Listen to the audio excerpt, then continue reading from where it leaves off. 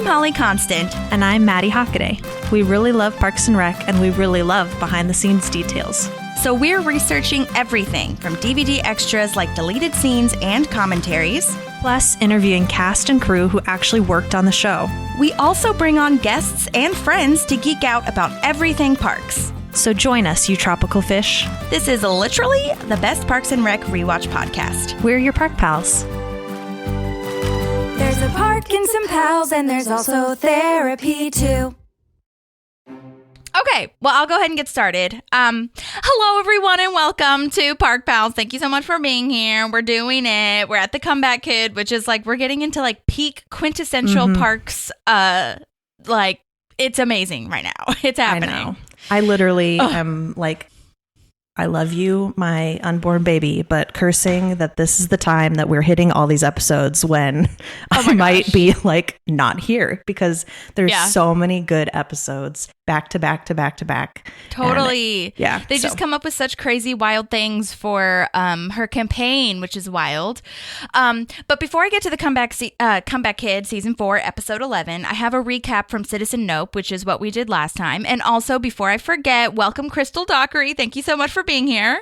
Hello. Thank you, ladies, for having me. I am so excited to be talking about this episode because truly one of my favorite episodes of the entire series. Oh my God. And when I found out that this is the one that we were talking about, I was like, oh my gosh, I'm going to watch this 80 times. It's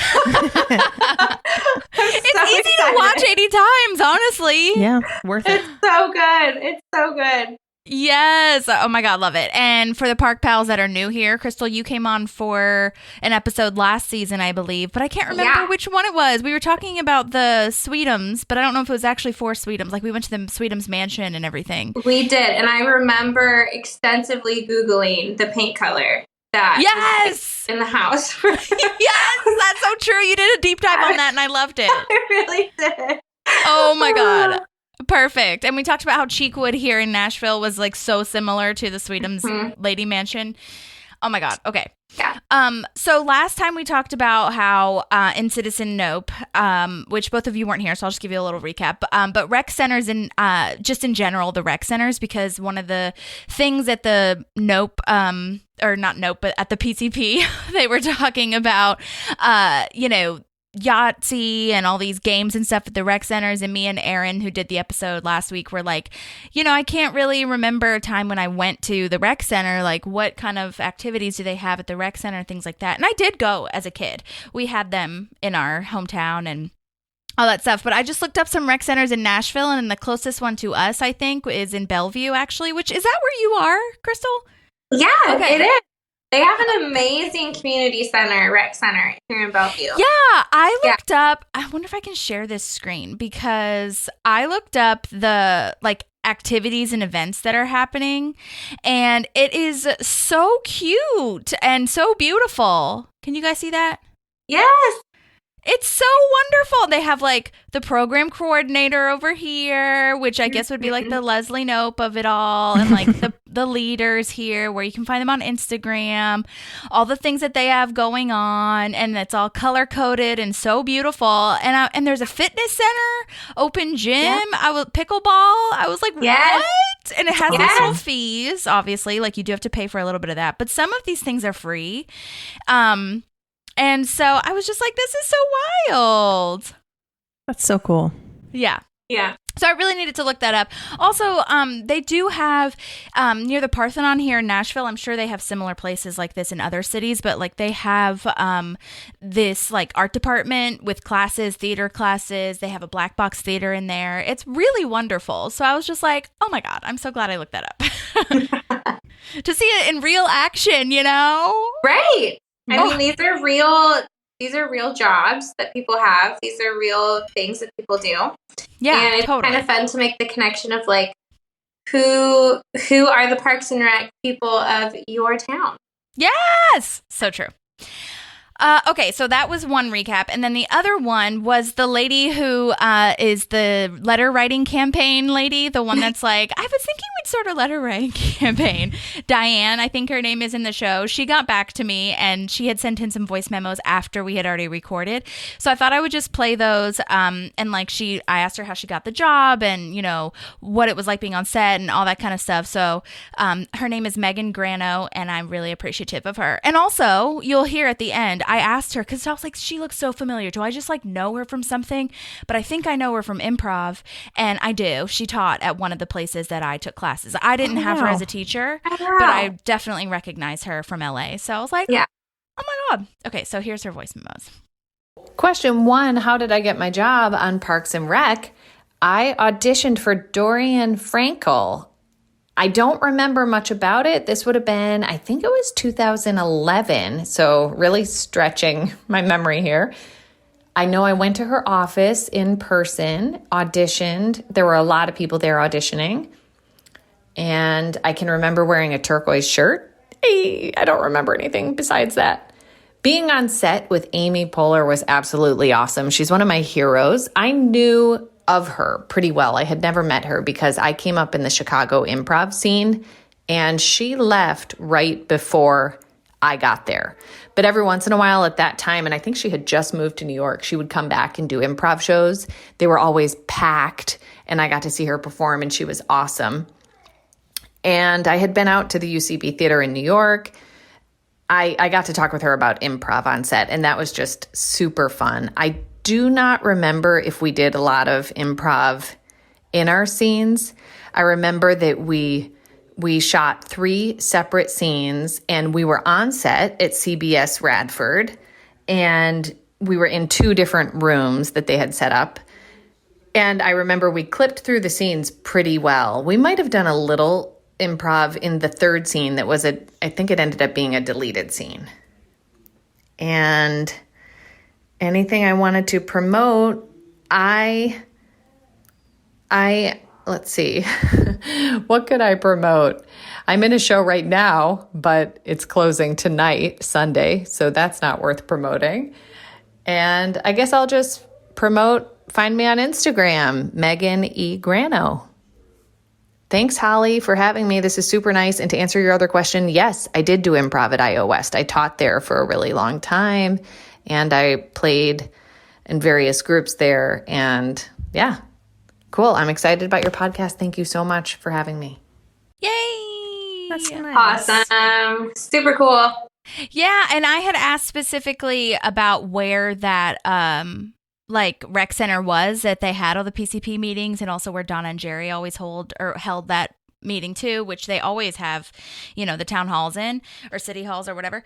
Or public forums is what I mean to say. But yeah, and I asked Johnny too, and he was like, I think it was on studio, but it just looked so real that I was like, maybe it's like a studio or like a school that they set up or something, because they sometimes do that too, like they rent out studios or whatever.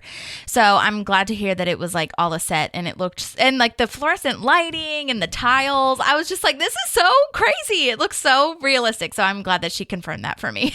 Yeah, it's an art for sure. Yeah, totally. So I'll tag her and everything. But thank you, Megan, for doing that.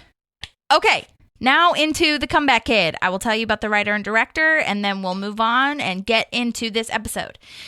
This was written by Mike Scully, who has made appearances in the show as a town person. For those of you that are new people or whatever, he was the townsperson who has tiny caricature, like stuffed animal things for everybody, like the pig Ron. That's Mike Scully.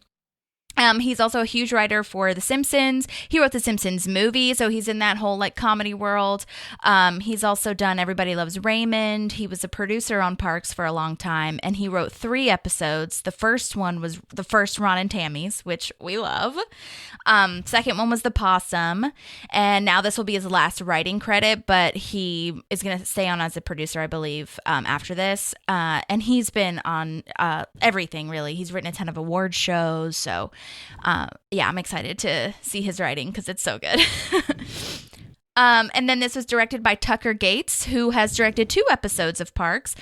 He first directed, it's funny, he directed Ron and Tammy 2, the second one. So like no correlation with the writer and director here, but they both had a hand in a Ron and Tammy episode. And then this one. Those are the last two. But he also has directed The Morning Show on Apple TV. Have you guys watched that yet? I've watched an I episode haven't or watched, two. but I've heard of it. Okay. Yeah, it's the first season is really good. And the second season, for me, it just didn't hit. But I liked the first season a lot. I feel like it was too, for the time in my life that I watched it, was too intense. It is intense. Yeah. Yeah. Yeah.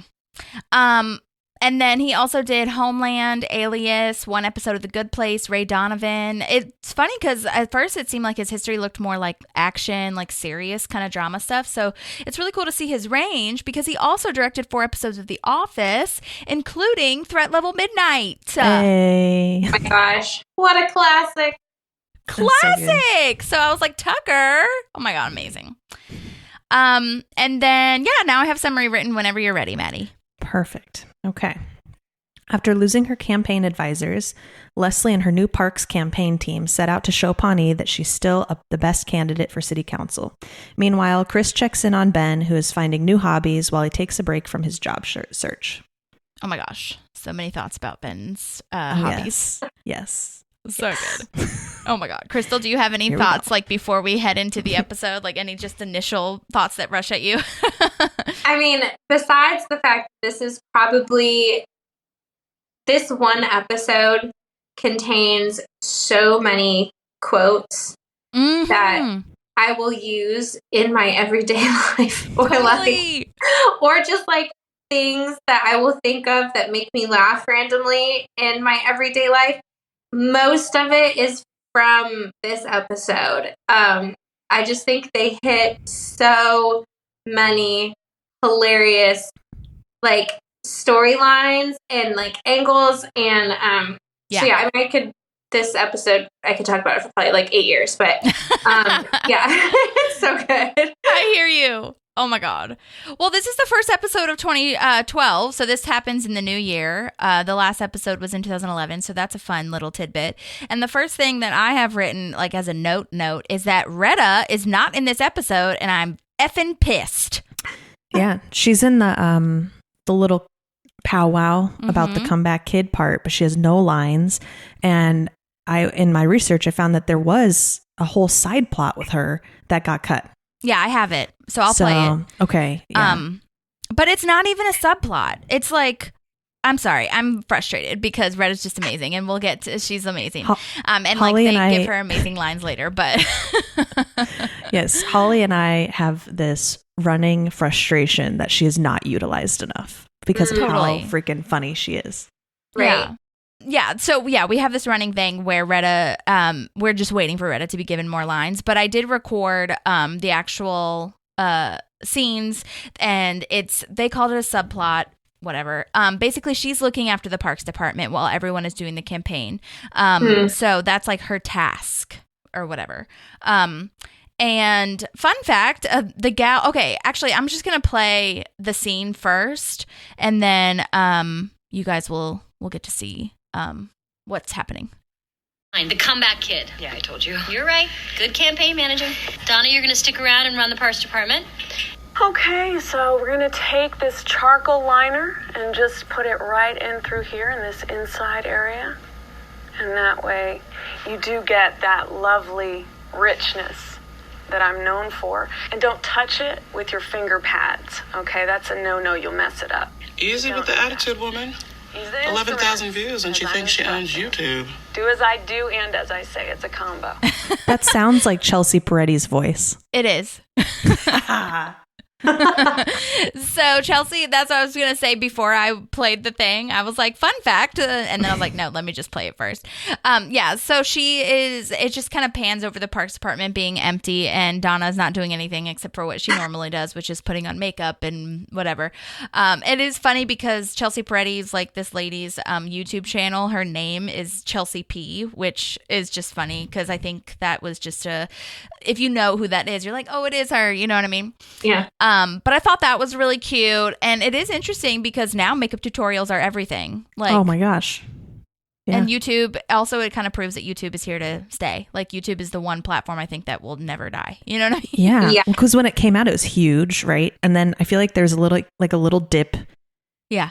And then like now it's everything again. And there's shows on it and all that kind of stuff. So. Totally. Okay, and here's a second deleted scene in our Retta homage. Hi, is this where I get a fishing license? Sure. That'll be $26, and I'll need to see a photo ID.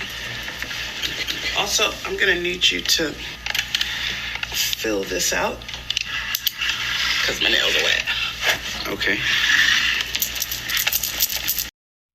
So she basically like turns the computer around with her hands because her nails are wet, and like basically has him do everything that she should be doing as a park employee because she can't do it because she has like, you know, her hands are her nails are being drying or whatever. And I did contact this guy who was getting the fishing license. His name is Kurt Kohler. He's been in a bunch of stuff: The Big Bang Theory, Rutherford Falls, Young Sheldon. He was actually in Oppenheimer, according to his IMDb.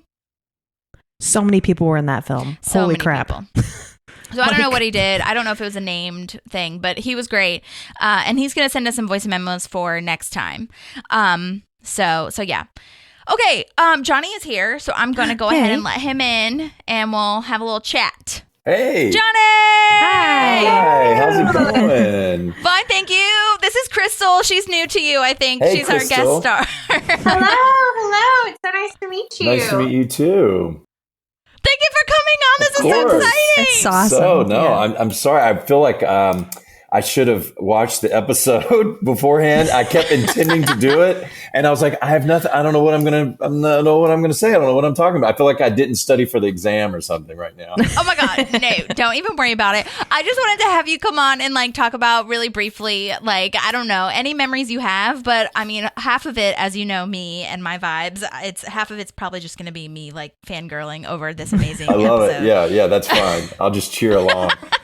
Well, I mean, I guess so I found out, I had asked you, Johnny, where they filmed the scenes where the PCP did their thing, and like and I asked if they like rented out, and you did say it was probably CBS Radford, but I talked to one of the gals who was in Leslie Knope's group, like citizen group or whatever, and she said it was on the studio. Okay, so see, I do. So you remember? I provide some information.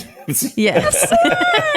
But I just have to know, like, I don't know. I just have to know what it was like to watch the whole Parks crew come out and like just flail all over the place. I mean, they were doing. I don't remember there even being any stunt people doing anything. I think it was all they were them. doing it. Yeah, I was amazed that they were doing that and not needing medical help. Yeah, because they rolled out the carpet, but then they did some bit where they were all like, and they were trying to get up and they couldn't. They were pulling each other down. Yeah, that was all. I was just impressed that they were doing it without hurting themselves. Yeah, that was great. It did look like, I don't know. I mean, I do wonder that because Amy Poehler definitely like flopped all around on top of the stage. Yeah. So, I mean, I don't know if she got, I'm sure she didn't get hurt, but she's probably some uncomfortable bruises, to say the least. Yeah, right. Well, now I don't know where we filmed that. I don't know where that rink was. Did you find that out? Yes. So I talked to Shauna, our camera operator, and that was and I have a whole little deep dive on it, which I can just do now, basically. But it was at the Pickwick Ice Center in Burbank, California. Okay, that sounds right. Okay. And there's a bowling alley called, too, I think, right? Pickwick, I think. Oh, I think you're right. I think there is a Pickwick bowling. I don't know if it's in the same one. I'm not sure. But I looked it up, and it's now called like the LA Kings Pickwick or whatever, but I was like, do they play there? That doesn't make sense. I doubt it. And then I did a deep dive on that, and I looked up where they play, and they played at something called the Crypto.com Center, but it was the Staples Center. It was Staples Center, right? Now it's Crypto. And then Crypto.com bought it. But now is that still going? I mean, since everything's gone so crazy with crypto. I mean, it says that they acquired it in like 2000 something. Yeah. I don't know, like mid-2000s. I was like, it's the Staples Center. Right, I know. It's such a better, it flows so much better. Yeah. Crypto.com arena. Yeah. I have to say that's one of my biggest pet peeves currently as a big sports fan. The fact that these big companies are coming in and buying stadiums. I know. And renaming them. I know, I've known Miller Park my whole life, and now it's like Guaranteed Rate Field or something like that. Crazy. It's so ridiculous. Yeah. I know. Yeah, I'm over it. This is Luna, really who's joined joining the. Aw. Hi, Luna. Baby cat. Say hello. Oh, I guess she can't hear. You can't. Do you want to say hello? Can you hear them? Hello. Yeah. Oh, hi. baby. Luna's favorite thing to do is to wake people up at 4:30 or 5 in the morning. Mm-hmm. Does she crawl on your head? Because that's what my cat from back home does. Yeah. Like she in bed. Sort of like puts her paw on my face. No claws, but just sort of touches it and just. Yep. Yeah. Oh my God, I love it. Yeah. Well, do you remember, did the Get on Your Feet song, like, was that played during the show? Do you remember? Or Oh my like, gosh, did they I don't add that even- in later? I don't even remember. They might have piped in some stuff in the rink. I don't know. I'm Yeah, sorry. I'm I just don't like- remember that. No, that's okay. Because I'm just curious how they, like, because sometimes they will add it in, but it seemed like since it was such a crowd situation Right. that like it would be nice to add that in on the day of, but I don't know. And they might do that. Like they might sometimes in that kind of thing. They'll play the song or whatever it is to get people moving, or to and then they can still add in later a better version of it so that it's cleaner, and then mix in the crowd noise or something. Yeah. And honestly, like, I don't know, I wouldn't put it past them to do it after the fact anyway, just to like see when's the most awkward time to add it in. Yes, true. Right. Exactly. They can control that. Now, were you given, do you remember, I'm just going to ask you questions, and if you don't remember, it's fine. But I know. do you remember if they I'm sorry. gave you any sort of like direction or anything like that as far as like what you were doing, or were you just supposed to be looking at them? Yeah, I think I'm supposed to. I don't think we don't have any lines or anything in this episode. I think we're just supposed to like go, well, just be thinking it was a loss. Like we had a good chance and now it's over and it's too bad. Yeah. And we're just going to, leave before it gets too terrible or something, cut our losses. But I know that inside the actor, Johnny, I was real sad to be leaving because I knew that I was leaving the Parks world there. Yeah. I know, so sad. And we love that line of like we talked about this on your full interview, but the line where she's like the 1% pulling milkshake or whatever. And I noticed it. I noticed this before, but I noticed it even more like in that one and in the one where she thinks that you're coming to see her at the very beginning. And Antonia, your castmate, is like, that's our job. We find other people to run their campaigns. And then Andy comes out with like breaking the ramen or whatever, the coffee pot with the ramen. But my point is that the whole time I do feel like you as a character are sad that you can't be like her manager anymore. Right. I think we really believed in her and wanted, things to work out, and, could have been good. It's too bad she screwed up or whatever. Or, I don't know. Too bad it didn't work out. Yeah. I know. Well, did you get to talk to them like outside of the filming or anything like that? Just a little bit. I mean, there's Amy Poehler's so nice and welcoming. She was always as soon would say hello whenever we showed up to do our bit, and we talked a little bit. And I knew Rashida from working on a Fox show, but I don't see them now. I don't hang out with them. I mean, they're all very lovely and friendly and at the time and just talking about whatever's going on and but like Rashida Jones, she's Quincy Jones' daughter. She's got that's a whole other world. I'm just sort of looking outside the window like, oh, look what's going on. But she's great. She's awesome. I loved working with her. Yay. Yeah. Well, I'm so glad that you got to do that. Oh, it do you was guys so fun. Maddie, Crystal, do you have any other questions or anything? I don't think so. I'm just really excited to be able to meet you. Yeah. I think my beard is a little grayer. It's been however many years it's been since that episode, but oh my God. Well, I really appreciate you coming on. I know course. that it was just like I just wanted a short little like, oh my God, that was so amazing. This is your last episode. I know. Oh my God. I was so sad. I mean, I was bummed out because it was just so nice. As you can imagine, they're all very nice, funny people, and Yeah, and did you ever get to like talk to the directors or anything like that? I think I had asked you that before, but like, I didn't know if this director had like mentioned anything. Yeah, I mean, they were clued us into what was going on. And, we knew that we were there to, basically what I said, just to be sort of disappointed, sorry to see it end, and just get out of there. But yeah, they're very communicative about that, and talking story and how's this, where do we want to go with this? And so they were always you weren't like that. Corrected or anything, right? I feel like we talked about that too, where like they didn't come back and say like, can you do more like this? Can you do more like that? A bunch, did they? They might but I think I remember one time, like like you do it and then they tweak it or, like try this. And I think one time the guy said, do like a, I don't know, like he gave me an idea of like to shake my hands or but it's not like so specific where they're just like trying to get a little tick or something out of you or something just to make it, personalize it a little bit or something. But they're all very, open to whatever you're doing. Although I think I did tell that time I tried to improvise something and Amy was so nice about it, but she was like, well, okay, on this time, Johnny, don't do that, thing. And it wasn't anything bad at all, but I just was like, oh no, oh God, I failed. I failed. I'm out. I'm going to get fired. I wondered what that was. I didn't see anything in the deleted scene. So no, that's I funny. know it was. It was something minor, no big deal. Sure. But in my mind, it was my first episode, and I was like, oh God, oh no, what have I done? That's amazing. Oh my God. Well, I'm glad it happened on the first episode and not the last. So it was just like you kind of so I didn't think I got actually fired because of that. Yeah. Right.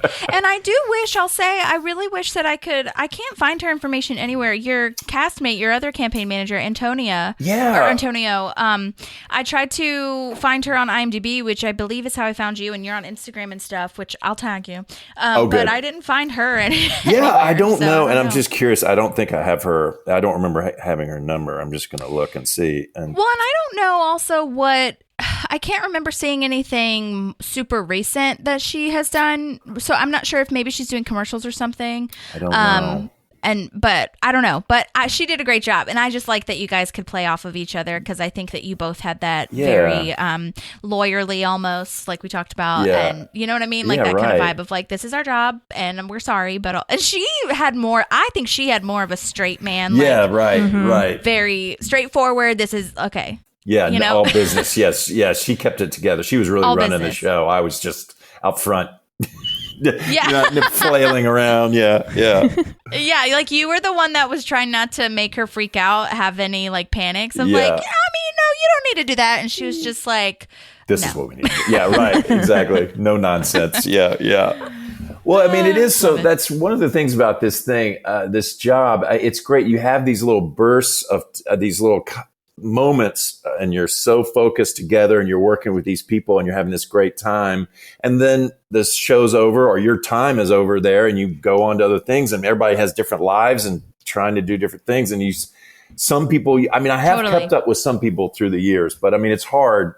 It's like you work these great people and you're like, I wish I could do more with them or see them or I don't know. It's funny that way. I've been real lucky to work with some wonderful people and, but. No, that's how I feel about theater too. Like every time you end a show, you're like, yeah, we're going to like try our best. And every time I'm just like, oh, it's too hard. I know.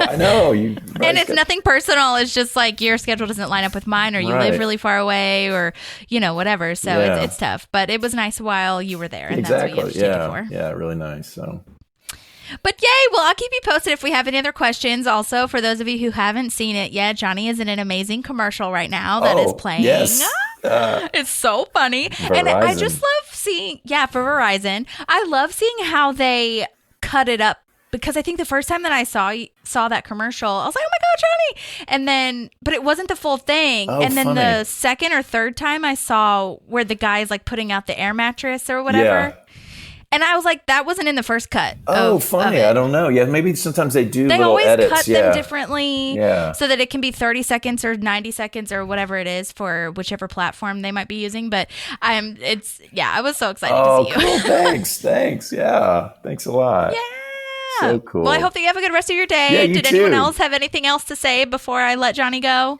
No, just thank you for coming on. I love that they threaded you through so many episodes to build it, and you did a great job. So thank you for being here. Of course. Happy to be here. Thanks, y'all. Yeah, appreciate it. Well, Bye. We'll still be like keeping in touch with you, I'm sure. Oh, sure. I mean, who's to say? But I love if you're it. in Nashville, let us know. Okay, I will. Okay, bye, All right, Johnny. bye. See y'all later. Oh my God. Well, that's Johnny. And I knew he wouldn't have as much to say as the first one because, like, I don't know. But I just love him so much, and he's always been so generous and kind with his time. And so I just figured that would be a nice way to celebrate the end of his last episode. Such an enjoyable person. 100%. He's so sweet. All right. Well, the Comeback Kid, we're officially starting. This episode starts with Leslie ready to go. She's coming in hot, coming into the office with her plan already in place, saying who she wants to be her campaign manager. Everybody's freaking out and hoping it's not them, hiding their faces, all these things. She's saying all the tasks and the duties that will be needed. Like, oh my God. And I could totally see if I was them, I would be doing the same thing. Like, what? You know what I mean? Yeah. Definitely covering their faces, bending down to not be seen. They're all their faces as they're listening to her like explain what the job is. It's like Andy's face is like disgust. Like Ron tries to like bend over and tie his shoes so that no one looks. Which, like, Ron, that's cute that you think she would choose you, but okay. Right. But we learned that she does choose Anne, and Anne is like, I don't know anything about this. Like, I don't know how to be a campaign manager. But this is one of our favorite nopisms. It's literally in our intro. Tropical fish comes up. Yes. Yeah. The best! You beautiful tropical fish. You've resuscitated a human heart in your bare hands. No, I haven't. You will. You will. You're that good of a nurse. There were so many. I actually have a deleted scene from this where she has... Leslie is complimenting her and says all these different things that Anne has done. And I'm just going to play it real quick so we can move on to the next one. So... Anne, you beautiful tropical fish. You've resuscitated a human heart in your bare hands. I've never done that. Okay, fine. Then you've turned fat people over in their beds. And you've shaved a man's private parts before surgery. You've pinned down screaming babies and injected them with God knows what kind of diseases. Vaccines. They're called vaccines. And that's it. Oh my gosh. They're called vaccines. So funny. So I mean, if I was Leslie, I could see how that would, translate to being a good campaign manager. You're smart, you know what you're doing. Problem solver. But yeah, problem solver. Oh my God, I just love it. That's who I would choose out of everyone that I had to choose from, right? I mean, would y'all have chosen That's a good point. A different person? No. That's why if that's what I'm choosing from, I'm for sure choosing Anne. Yeah, which is also why it's funny that they're all freaking out because it's like we all know she's going to choose Anne. 100%. Oh my God. Like, what if she chose Jerry or something? Oh my God. Oh, well, Anne suggests that Ben should do it. Like, he has experience. He won being the mayor, and Leslie uses this line that we'll hear later too about how Ben is poison to the campaign. So, like, she really doesn't want to have him do that. And but it's interesting because right now, what I notice anyway, it's like right now he's only poison to the campaign when he's not a part of it, which is really interesting to me. And like, we just haven't seen them have the opportunity to work together in this yet. So it's only been poisoned because the only like information we have is her being, suspended for 2 weeks and him resigning in disgrace because of it and because of the controversy and all that stuff. But I think that was kind of fascinating to discover, I guess. Yeah, I think they're giving the controversy more power than it actually has by not having been involved. Yeah. Yeah. Well, especially because, I mean, especially like when all of this happened, it's like they think that that's why, you know what I mean? Because that's the bad thing that happened. So it totally makes sense why they would think that. But yeah. I'm glad they come back from it. Same. Yeah. Anyhow, so she tells Anne that she wants to start dressing, or she wants her to start dressing like a campaign manager. I don't want to have this conversation again. Wow, you're doing a really bad job, April. She's so mean to Anne in this episode. I know it. I had a moment where I was like, we talked about bulldozing a lot, and I was like, she's kind of bulldozing a little bit here, which like reverting to old ways a tiny bit. But this is like professional bulldozing when I feel like she's only gotten better at personal bulldozing. I don't know. Yeah, I thought you were talking about April for a second, because April's like got a couple mean zingers at Anne. But you're right. Like Leslie also has some moments where you're like, are you really sexual favors, Leslie? For real? Oh my God. Like, let's put things in perspective. Yeah, totally. Well, now Leslie is seeing her old campaign advisors, William, who we know is Johnny Sneed, who we just talked to, and Elizabeth, who is Antonio Raftu is her name. Hopefully, I don't know. I hope she's doing well. But it's so funny. She's like, wait, are you here to see me? Like, are you, what? Did you hear that I'm like relaunching my campaign? And no, they're here to see other candidates. Yes, that's our job. This also seems like super late in the game to me. Like to find somebody else. Yeah, right? Because they were working with her for this whole season so far. Yeah, I guess. I think, I don't know. In my head, I was like, well, Leslie's starting new, which is basically starting over. So I guess they have time. If she can have time, then. Right. I mean, people know her name, though, because she was already campaigning a little bit. Yeah. So, but I don't know. Yeah. Who knows? Yeah. I don't know the timeline and all that stuff. But they're also professional, so I feel like it doesn't matter as much. Fair. But anyhow, Leslie, tries to recover, but she just ends up coming off frazzled and panicked like she always does. And I love how Johnny played it pretty genuine, like, good luck, honestly, like, we wish you the best. And Andy comes out, which is basically proving the point that she's falling, or like negating the part, I guess, that she's like has it together and nothing's falling apart. And how would you make ramen in the coffee pot? Just make the coffee pot, like put water in the thing and then put it on have the it burner. boil. Mm-hmm. That's how I think. But how did he break everything?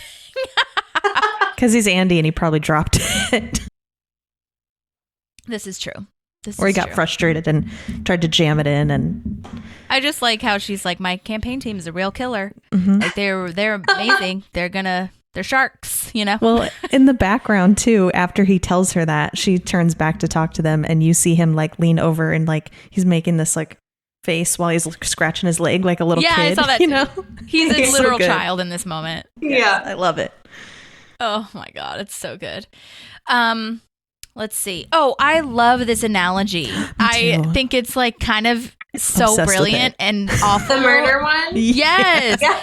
Oh my God, so brilliant. I no longer have professional campaign managers, but are most murders done by high-level assassins? No, they're committed by friends and coworkers. Which is true. It is true. Yeah. Sadly, but sad and true. Yeah. And terrible. But it's kind of brilliant at the same time. So, Oh my God, we're now at, wait, does anyone have anything before we move on to Ben? Okay.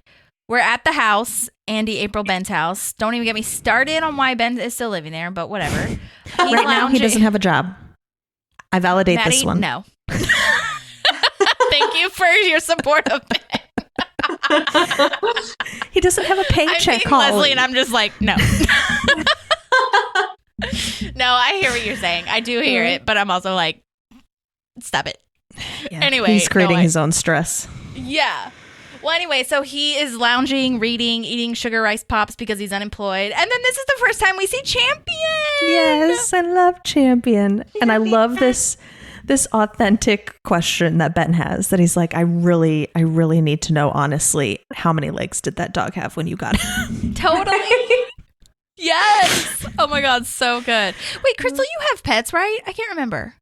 I do. I have 2 rescue dogs. That's right. Okay. And so the fact that they adopt like a 3-legged dog, and that April is so like passionate about her animals, I'm all about. Yeah. All about it. Me too. It's so beautiful. I love this. But I did a deep dive on Champion. Oh, yeah. And it turns out that Champion is not actually a he at all. She is a she. And her name is Lucy. So cute. And she was adopted from a pit bull rescue in Los Angeles in 2004. And she's actually a very prolific, talented actress. She has been in many commercials, and she was also an extra in Hotel for Dogs. I loved that movie as a kid. I never actually watched it, but I do know it. Yeah. She also appeared, since this is a good crossover for this podcast, because she also appeared in The Office, season 8, episode 22, when Andy adopts 1 million dogs at the like conference charity thing. Oh, she was one of the dogs in there. Oh my We'll have to go God. back and look. I love it. Crazy. And then That Maddie, you'll episode. also like this. She appears in season 6, episode 12 of Criminal Minds during the nice. episode opening. She doesn't get hurt though, right? Oh, I don't know, but she's at the beginning. So we're gonna I leave hope it not. at that then. She was happy and she was just there. Yep. And it's fine. She just got paid well and lived her life. Yeah. Yes. Yeah. But she's so cute. I love her. Yeah. Oh, she's so sweet. I'm kind of shocked that I didn't notice that she was not a boy. Yeah. Right. I feel like that would be like pretty obvious as a dog, you know? I mean, unless it was unless they're fixed, I guess. But still. I no, mean, there's you don't take there's still a thingy. Yeah, I know. You're You right. don't take everything off. So I'm kind of questioning my ability to like identify dogs as right now. I mean, we weren't paying attention to that, so I'm sure if you go back, you'll They notice. probably, I mean, like angles and like how she sat. Maybe they just, you know. Yeah. Yeah. And also, like, I guess she's that good that they couldn't find a boy dog better than her Exactly. for the role. boss bitch. Literally. Boss bitch indeed, pun intended. Lucy, we love. Also, kudos to you for not using your time watching Parks and Rec looking at dog genitals. So there's that. You were just like, you say he's a boy, we're good. Yeah, exactly. We were too Believe consumed you. with the story. Yeah. We were just like, puppy. Yeah, I know. So sweet. We'll have to go back though. I mean, I'm not going to, but if you do, let me know. We'll see her in the future. Yeah. I always forget about Chris's little jaunt. I was, look, when I was doing this research, I found pictures of Chris and Lucy together because of his like depression moment. Yeah. And he takes her to get trained and gets all this amazing dog food and all these things. And I was like, oh yeah, she has such a great role in this. Oh, yeah. So yeah. But yeah, so kudos to Lucy. Maybe on her next episode, I'll try to find like the Wrangler. Cause remember I found that Lil Sebastian's Wrangler and like they had already done, well, actually, no, I did email them, but they had already done like a whole blog article answering all my questions. So I didn't really have a ton of extra questions. Right. But still like it's wonderful to find out. Animal actors. Yes. Anyhow, He's really bad at digging. really bad at digging. That's one of my favorites. The way that she performs that is so good. Yes. And then this is where Andy says, like, I know you want to be involved with the decisions in the house, so we totally get it. So we'll just send him away to the pound to be killed forever if you don't want him. This was Like emotional covering manipulation. covering her ears. Yes, covering her ears. Yeah, emotional manipulation, Maddie, just like you said, literally. And it is interesting, I mean, because April's like, you're unemployed, so like you could at least help us a little bit. And in my head, I mean, maybe I'm just like no nonsense anymore and boundaries, but I'm just like, it's not my dog. And you didn't talk to me about this. Obviously, I'm not a monster, so like if I see that the dog that you have adopted is like needing to be walked or has no food and water or whatever, like I will jump in, but like that's not Ben's responsibility. Yeah, but also the way they ask, right? It's more this emotional manipulation, and then the whole, well, it would be really nice if you helped because you don't have a job, right? Yeah. Versus That's true too. Hey, we can't make it home from lunch today to walk him. Can you go out and give him a walk? Like that's very different to me. Yeah. Again, character for Andy and April. Yeah, they're still kids. Mm-hmm. But we love Champion, and Champion can do no wrong, so I get it. It's not Champion's fault. No. Okay, so I have a fun little tidbit on this one. Ben is reading Into the Lion's Den, and I thought this was a book because I Googled it, and there's a bunch of books with that kind of similar title, Lion's Den, but it's actually not a real book because the author on the book is Gay Perello, and that is the props master of parks, which is so lovely. So she made this book, and I was like, that's awesome. And I paused it. I mean, I'm glad I paused it because, like I said, there's many books on the Lion's Den, and I thought it was one of them because a lot of them are about like action adventure set in like wars and stuff like that. And I was like, Ben could be reading that kind of action. I don't know. But I'm glad I paused it because there were so many articles, and I have her on my list to talk to because I hope to, and I follow her on Instagram and all this stuff, but she's worked on so many wonderful projects. Do you know the movie Babylon with Margot Robbie and Brad Pitt? That came out like last year. I think it was last year. It was nominated I think it got nominated for a lot of Oscars last year, but I never saw it. It was not marketed well. People didn't know what it was about, and it was so beautiful. I thought it was, and by beautiful, I mean like the set design was beautiful. I don't know. The storyline was kind of like meh, whatever. But anyway, she did the whole props and like some set stuff for that too, and like this huge champagne tower, like with all of, you know how they have like a pyramid of glasses, and it looked so cute and like. And by cute, I don't mean like dainty. I mean like so just badass and cool. And there was a bunch of articles and stuff where she talked about making stuff for parks, which I'll post this link in the show notes if anyone's interested. And I'll be like referencing them as we get to each episode. But this one specifically, that I just felt like I had to mention it, even though it's not the episode. She also made the book Groffle, the Awful Waffle when she's on the campaign trail. She like did all the designs and the graphic, or not she, I'm sorry, the graphic designer worked with her to like make that and to make those illustrations, and it just looked so cute. So I was like really, I was just really blown away, and I would love to know more about the props because there's so many amazing props. Yeah.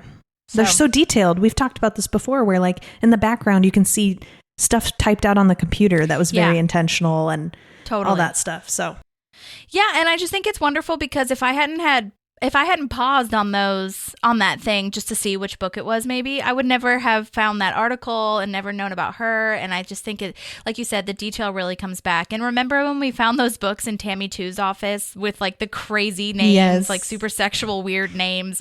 I'm sure she made those too. So I just think that's really cool. So I'll post the link to like an interview that she did about some of her favorite props. But yeah. Nice. That's awesome. Love it. Okay, so now we're having a meeting and deciding on the theme for the campaign, which, I don't know, is there supposed to be a theme for a campaign? Is that I guess that's a thing. I mean, there's usually a slogan. Yeah, yeah, that's what I'm needing to hear instead of theme. Yeah. Yeah, theme kind of sounds like, I mean, this is my world in my life right now, but theme is like, do you have a theme for your nursery? Yeah, totally. Or for your birthday party. Right, like what's your birthday party theme? I think maybe she just means like slogan, like general vibe of her campaign. Do you have a theme for your nursery, Crystal? No. I don't. Speaking of that. I have not, honestly. We're getting to, I mean, Maddie probably can, relate. Getting to that point where I'm like, oh, wow, like this is pretty imminent. And I should probably be thinking about those things. And so this weekend, my husband and I were like, we should probably like figure out what we're going to do. Have you had like a baby shower and stuff yet to get gifts or whatever? I had one back home in California. We went back to California for a month this summer to spend with my parents, and my mom threw a baby shower. So we did get quite a few wonderful, sweet gifts, and a lot of them we had to leave back because I could not fit them in our car. So my parents are going to bring. And then I do have one coming up here in Nashville for just, like my mother-in-law's friends. Yeah. Well, that'll be good to get stuff too. That's why I asked. I'm so sorry. I'm thinking very capitalistically here of material. It's like you need stuff. It's quite the feat having a baby. And so people's generosity is like so appreciated. Because it's a lot of stuff to kind of be like, oh my gosh, like this is like a lot of things. And I feel like too, there are a lot of like trendy things that you don't really need that are being advertised to you as like, you will need this. And I just have to remind myself, like, women have been doing this forever, like in forests, and like, you know, they didn't have the automatic rocker, whatever, 3000. Yeah. They were fine. So, yeah. That's real. That is real. Somebody was like, you need to get this bassinet because it can feel when the baby moves this way. So then it'll start to rock this way. So it'll put him back to sleep so you don't wake up. And it's $1,300. And I was like, they only sleep in that thing for the first 2 months of their life. Yes. Yes. And then these little, like, this is a whole tangent, Holly. I'm so sorry. No, but, like, I'm here for it. Let's do it. Like, infant car seats that, like, go straight into a stroller and, like, straight back also can only use for, like, a small amount of time because then your baby no longer fits in it. And then you can't use it. And they're like $600. Yeah. Which is crazy. Yeah. So it's just totally wild. Yeah. No, I hear that. What about you, Maddie? You told me you had like things that you wanted to paint in the walls, but I don't remember if there was a theme. You told me there was something. Yeah, we ended up not going with painting walls because we're renting our house. Oh, that's right. You're doing like something else. Yeah. But we're doing a jungle theme. So we have little prints of baby animals that we are going to hang on the wall. That's right. And everything's gray and white and then with pops of blue and green. So cute. Yeah, we got a couple weeks to I had a panic the other day because we were in this big crowd of people downtown walking, and Ivan's very protective, right? Like, because, you know, anybody can bump into you. Nobody's like looking around. Should I be careful with the pregnant lady? And so he's like maneuvering, and I was like, oh my gosh, I just had this thought. What if I went into labor right now? We had a mile to walk back to the car. Yeah. and then, which it's too early, right? I still got at least like 2 to 4 weeks before it would even be okay for me to go into labor. But they're like, you know, my brain goes, I don't have the hospital bag packed. The crib isn't even in the nursery because Ivan wanted to watch Mean Girls while he built the crib. And so we had to do that out in the living room. And when he tried to put it in the bedroom, it didn't fit through the door. Oh, so I'm just listing all the things that I'm like, we have to do all this in the next couple of weeks because what if I go into labor when I'm at work and then we don't have everything ready when he comes home? And I'm just like, yeah, your brain does panic that. attack. This reminds me of the oh my god, this is so stupid. This is just how I relate to everything. But the Friends episode when Rachel's up in the middle of the night and like scares Ross when he goes to the bathroom. He's like, we don't have anything. We don't have a crib. We don't have this. We don't have that. We don't have whatever. And then he like holds himself from peeing and he almost pees himself. And she's like, okay, we'll go. Like, and then like even when after the baby comes, one of my most favorite things. It's so stupid, but Ross says he's like getting sick or something, and she's like, okay, well, is it rubella? Because she has not had that shot yet. And Ross is like, yes, it does feel rubella-like. Yeah. Like being sarcastic. Like, no, that's not what it is. But yeah, it's the irrational pregnant brain that's also slightly rational. So, you know, like, listen, real. I will like meander through some of the like app like community groups with like, you know, December babies 2023, and I'm like reading about all these people's things, and I'm just like, you know, slowly. And listen, when I tell you that I had that moment, Maddie, when I read that one of the gals like just straight up went into natural labor at 30 weeks, and like her body was just like, here we go, he's ready. Oh my god, a 30-week-old baby. I was like, oh my gosh, I have done nothing. Yeah. Like, I have done nothing. I don't know what I'm doing. I need to get on this right away. So, yeah. So it's like we do have time, but then also there's that, like, what if I don't, though? That's the wild part. Yeah. Is like, you don't really know. Yeah. Yeah. 100%. No control. Yep. So, yeah. Well, anyways, the best that you can. Anyways, Parks and Rec. Okay, the theme of the campaign. Listen, we should talk about pregnancy more often because no one knows anything about anything. So, okay. Yeah, I feel like I've learned so much being in this seat that I'd never read or knew online. Yeah. So yeah, it's real. Yeah. Okay, so the campaign for the campaign, or what I say, the theme for the campaign, rather, is going to be the Comeback Kid, because everyone loves a Comeback Kid story. And yes, we know about all the deleted scene blooper moments that Chris Pratt had. So if you want to look that up and have fun with that, go for it. I'm not going to repeat it because I think it's stupid, but but I mean, it's funny when you watch it, so I get it. It's funny for the first time for sure, because you're like not expecting that to come out of his mouth. Yeah. Yeah. The rally is being held tomorrow at the Pawnee Sports Center building, which I did not know was a thing. I don't think we've ever heard of a Pawnee Sports Center building, so I think that's news. And then this is where I was talking to Johnny about where this was, and I already mentioned it, but just for, if you forgot from however many minutes ago that was, she thinks that this was filmed at the Pickwick Ice Rink in Burbank, and again, it's now called the LA Kings Pickwick Ice Rink, but they play at the Crypto.com arena, they bought the naming rights in 2021. That's what it is. So it was recent. So I guess it's still called that, but wild. The crypto one bought the Staples in 2021, or okay. Yeah. And I think the Preds, they actually practice at the Bellevue Community Center. Oh. And then they play at Bridgestone. So maybe that's what it is.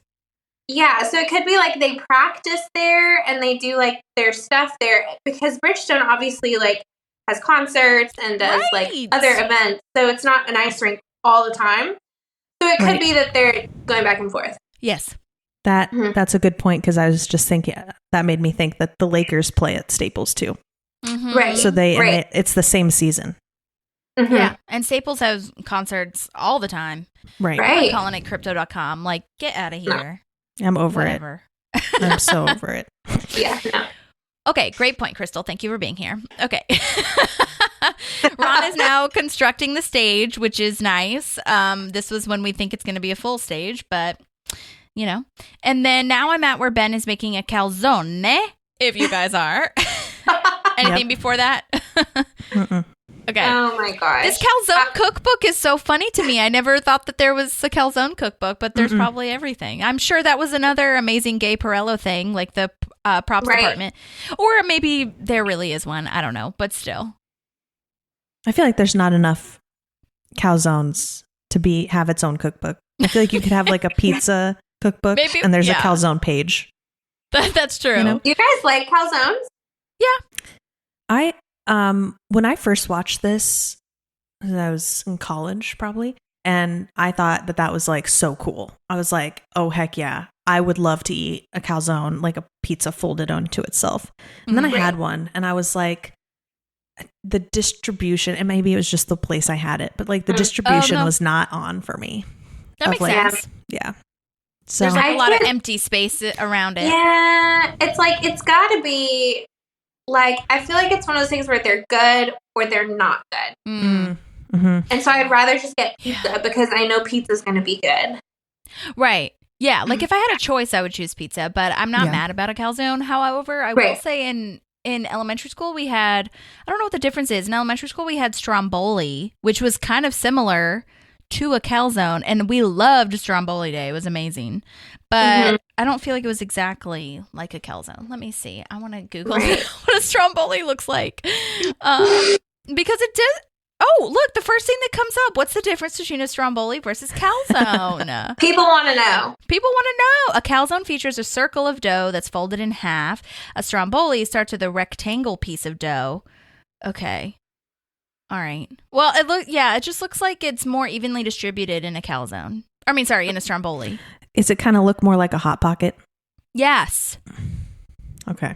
I think it does. I can see that because the shape of the folded circle, you have so much clamped dough on the sides. Mm-hmm. I feel like it's hard. Okay. Well, the question is to you guys: do you like Stromboli, calzones, or pizza better?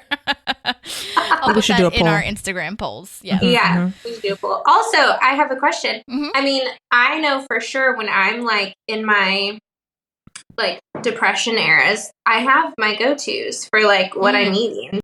Yeah.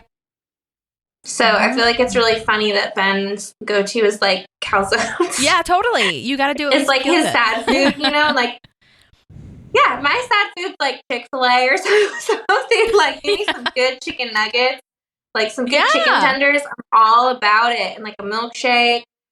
Like, that's what I want to eat when I'm sad. Yeah. That sounds great right now. It's like a level up that he even has the energy to make his own calzones from scratch. Yeah. And he wants to make his own restaurant with it too, which is fascinating. The low-cal love the name of his restaurant. zone. The low-cal calzone zone. Who's going to love say it. all of that? I don't know why, because it wouldn't sell and no one would say the whole name. Just say the low-cal zone, sir. Yeah, but I just... Anyway. Well, Chris is coming in and he wants to check on Ben. Lot of great firsts in this episode, by the way, because he's wearing his Letters to Cleo shirt. This is the first time we see it. I did do a deep dive on this, just FYI. Okay. Samesies. I'm interested to hear what you found. I found so many amazing things. Oh my God. So I found that they did ask the band for permission to wear a shirt that has their name on it, which is exciting, but they did not get paid or anything like that. So this was not like a promotional vibe. However, I saw a couple of interviews, which I'll have to post, with Kay Hanley, the lead singer of Letters to Cleo, saying that they were trending after this episode aired on Twitter because Twitter was like such a huge thing. Well, I guess it still kind of is, but especially then they were trending and they got a lot of like downloads and streams and stuff, I think, from that. Well, I'm saying streams in today's time, but you know what I mean? Like they just got a lot of popularity from that. But it turns out that the art department at NBC actually made the shirt. It was not an actual shirt that was in their swag or merch, which I thought was really fascinating. So I wonder if that's why they had to get permission, was to put their name on a shirt that wasn't their own merch. I think they would have had to get permission regardless because it's a trademarked like band name. You know what I mean? It's fair. Yeah. But to make it like for NBC to make it, that would make a lot of sense. But they replicated it. Apparently the actual band replicated that shirt and sold a lot of, merch from that. That's smart. Amazing. Good for them. Smart. Yeah. And I saw on IMDb that Mark Rivers, who did all the music for Mouse Rat, was a real life member of Letters to Cleo, but he's not listed anywhere. Yeah, I found that too. I don't think he did. And I found that in several different articles, actually. Like IMDb was the first place, but then I found a couple others that said that Mark Rivers was in Letters to Cleo. But if you Google Letters to Cleo and the band members, he's not listed anywhere. Interesting. So I'm really confused about that. He did work with the guitarist of the show, or of Letters to Cleo. Mark Rivers worked with the guitarist of Letters to Cleo to make the tracks and everything for what they were going to sing for Unity concert. So like they did work together and come up with all that production, but I don't know that he was actually a part of Letters to Cleo. So yeah, it's weird. We're getting conflicting data. Yeah. And then there are also thoughts, obviously, which I could see this being true, that Adam Scott is a real life fan of Letters to Cleo. So I don't know whose idea it was for Letters to Cleo to be part of that, but that was, I could totally see him being part of that. And let's see. So yeah, I said that the guitarist worked closely with Mark Rivers to get the music stuff figured out. And that guitarist, that's another thing I was going to say. That guitarist played as a guitar player in Mouse Rat at one of the galas. I can't remember. So he got to be on the show, and that's really amazing. And so did Kay Henley. So I think that's awesome because this guitar player, like I can't remember his name. I'm so sorry. But this guitar player who worked so closely with Mark Rivers and everything, who was actually in the band, didn't actually get to play at Unity Festival because he had some other conflict and he just like couldn't make it back or something. So he couldn't be on screen or on camera for the Unity concert. So it was really exciting to hear that he got to play as a guitar player for Mouse Rat in another episode. So he still got his chance. Love it. Yeah. But yeah, so that's my little breakdown on Letters to Cleo. So you can buy that shirt. Like we've discovered with this podcast, you can literally buy anything that they have on the screen, I feel. So, yeah. And then this is where Chris is saying, you're in a rough patch. And Ben is like, no, I'm great. I'm just doing whatever makes me happy and what seems fun. And this is the best. And I don't know. I guess I wouldn't know potentially if Ben was depressed at this moment. But then when he says that it's been 3 weeks or something like that, because I thought it was maybe just like a couple days. But he says 3 weeks or just a long amount of time. And I was like, oh, okay, I guess that makes sense why Chris is like pushing on this a little bit more. Mm-hmm. Yeah, if they had prefaced that sooner, that would have been helpful. Just because I was kind of with you, right? Like I hit a point where I quit my job and I needed time between the two jobs. Like I needed a moment I was pregnant, so I was mostly sleeping, but you need that too. But also to do things that like reminded me who I was before the job identified me, and I think that's always how I've seen what Ben's been doing. But yeah, I think especially with how go Ben is and how smart he is and how he's a go-getter, like I think when you hear 3 weeks, like that puts it more in perspective of, okay, I think now he needs somebody to push him into what he's supposed to be doing. Yeah. Yeah. Cause a part of me was like, Chris, can you just like let him have a moment? Right. Exactly. But now I get it. Yeah. Anyway, sorry, Crystal, did you have anything else to I was just going to say, I just found it really, like, I appreciated the fact that, like, Chris knew that this wasn't, like, Ben in his right state, and I think that speaks to, like, their friendship and how much they know each other very well, because I think there are moments when, I don't know if you, as a friend ever, that you've been like, this is just not you. Like, this is not who you are or like what you're about. And like being able to have those like loving prompts from people who know you best. Like, hey, like, maybe calzones are like not in your future, or like claymation, I mean, just one of those things where I think, a really good friend will be able to identify like, hey, this is like not what you're about.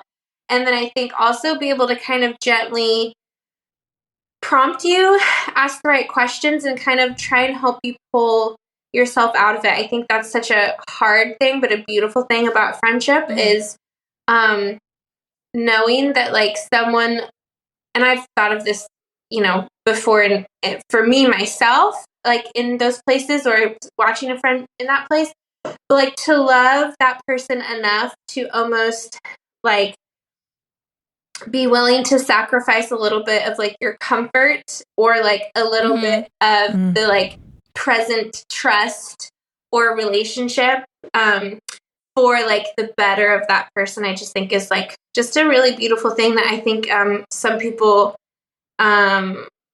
maybe like friendships can be hard, and sometimes you fight for them and sometimes you don't fight for them. So I just thought it was like a really sweet example of like a really good friendship. Yeah. Yeah. I think so too.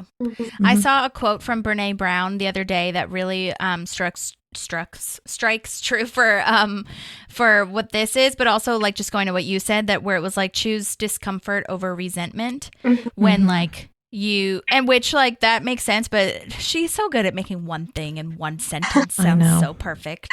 She's I'm amazing. just like, I take like a whole paragraph or page to explain that, but she just needs one sentence. But yeah, and like this isn't totally the same because it's not like Chris is going to end up resenting him, but I think he would feel guilty or feel like, I should have said something, or Ben could have been like, why don't you help me or something, you know what I mean? Yeah. So, and that's always hard because with friendships, Maddie and I talk about this like all the time, where it's like, it's hard to like be honest because you're afraid that you're going to hurt that other person. But I'd rather like, have some discomfort, or maybe you're mad at me for 5 seconds or even like a week, and then we'll, I'm not sorry that I said it. You know what I mean? Yeah. And I think something that Holly and I experienced was we had so much period of time of our friendship that was just comfortable.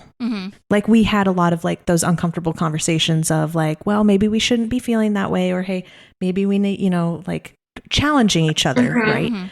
But never challenging each other against one another. Like, and it's not even against, because I hate that word because it's like a negative connotation, but you know what I'm saying. And And that was like another step of discomfort of, oh shit, like we might have this small period of time where we're not feeling like we need to talk to each other for a minute till we calm down. Yeah. And that's okay, because at the end of it, we're going to be in a better spot. But it's the discomfort is so many people just continue to walk on eggshells or go the easy way around because they don't want that discomfort. Right. And it's so important. Yeah, and Chris is really good, I feel, at being pretty straightforward about it. Like, at the end anyway. Like, at first, I feel like he's, like, just trying to support and lying of, like, yeah, that's a great name for a restaurant. That's literally the worst name ever. I think he's collecting information to me. That's true, too. Yeah. That's what I think he's doing. Yeah. But I have to say, if my friend was making... testing. Yeah, litmus testing, like kind of getting a lay of like how deep is he, and it's like, oh, he's how like far out of reality.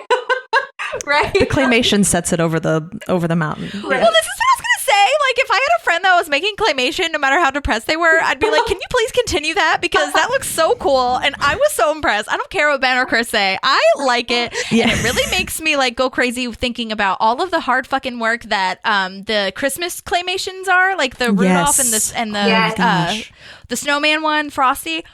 I mean, can you imagine? He said that took, what did he say? 3 weeks. 3 weeks of work to do 2 seconds or 10 seconds. And I was like, this is nuts. I mean, granted, it was just him, and with those, there are teams, but still. Right. Anyways, okay, on the last episode, I mentioned this, and I just want to say it again because you guys weren't here. But have you heard of the fan theory of, wait, do you guys watch Severance, or have you heard of Severance? I've heard of it. Heard of it. Okay, you guys need to watch it immediately because Adam Scott is in it and the cast is wonderful and the writing is wonderful. Ben Stiller directs a lot of it and produces a lot. It's so good. And for those of you who have seen it, the intro is a claymation type of vibe. And there's like this fan theory that's like that intro is like the continuation or completed project of Ben. Oh my gosh. Because Adam Scott's in both of them. Oh my gosh. I'll have to send you the intro to it because it's so good. And I will say about Apple TV, like fuck the strike and all these things. And by fuck the strike, I mean like fuck the CEOs that are making a strike. But I will say Apple TV, all the streamers, out of all the streamers, Apple TV has the best intros for their TV shows because so many people don't do intros anymore because it takes up time. Nobody watches them. Everybody says skip intro.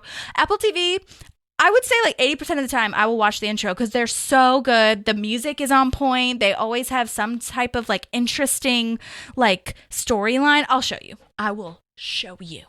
And Apple TV has a great intro, or Apple TV. The morning show has a great one, and that's also Apple TV. We love Ted Lasso's. Ted Lasso's is great. Yeah. Oh my God, it's so good. Again, the music and like the whole vibe. Shrinking, the one with Jason Segel is great. Death Cab does the intro for that. Ben Gibbard. That's a whole other thing. Lots of tangents today, and I'm sorry, but it was important to tell you about Severance. So anyways, I do love Ben's little doll thing. Like, I think it's so funny. Would a depressed person do this? Do this? That like moment, that little blank moment of the camera shot. No. Oh my God. Okay. Well, we're moving on to Anne's house if you guys are. And we haven't been here in a while, actually. I think it's been a minute since we've been to Anne's house, but it's set up as the campaign headquarters. And Pistol Pete is going to be here endorsing Leslie at the rally. So he's going to meet them there. I love this line of the drunken savages were the team mascot name later changed. Yes. Oh, so timely. So that's happening all the time now. I like the Commanders. Everyone's going to be mad at me, whatever, but I like the name the Commanders for DC. So very commanding. Very commanding. And the Senators used to be the baseball team that was in Damn Yankees, which I think was like based off a real thing. Like, whatever. It's DC. Come on. Yeah. Anyway, now I'm at, wait, do you have anything else to say before that? Because we're going to move on to Tom getting the red carpet. I'm excited for this. Oh my God. Ron and Andy are loading the wood for the stage. I actually really like the red carpet in Soul. I'm not mad about that. You're always walking on red carpet and you're being fancy. You know what I mean? I think it gives him an inner confidence is what the vibe I'm getting. And if that's what you need to do, and he doesn't flaunt it. This is the first time we're hearing about it. Yeah. Like, you know, he's doing it for him, it feels like. So I'm like, I'm here for it. Totally. Now Tom has to sit on April's lap. so everyone can fit in the truck, which definitely is dangerous and So illegal. so illegal. I think dogs aren't even technically supposed to be in the front seat either. Oh, really? Yeah. I don't know about like, that. We sometimes allow them, but it's very, very special occasions. Like they're on their way to the vet or something. But because, the dog can like jump into the driver's lap or whatever. I see dogs in the driver's lap all the time here and in the passenger seat. And they're like leaning out the window. I definitely see it. I just don't know if it's an actual law or not, but that was what I was told. Yeah. Okay. I'll have to do that for our recap next time. Yeah. All right. Now Pistol Pete is here. He is played by Tuck Watkins, who has been in a bunch of things. He was in the show Uncoupled on Netflix with Neil Patrick Harris. So good. He was also in an episode of The Sex Lives of College Girls, which is Mindy Kaling's HBO show. Oh, so good. Always Sunny, Castle. He was also in 275 episodes of One Life to Live. So he was a soap opera star, which is wonderful. That's cool.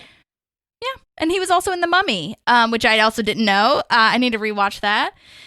And fun fact for me is that he's dating Andrew Rannells. Do you guys know who Andrew Rannells is? Mm-mm.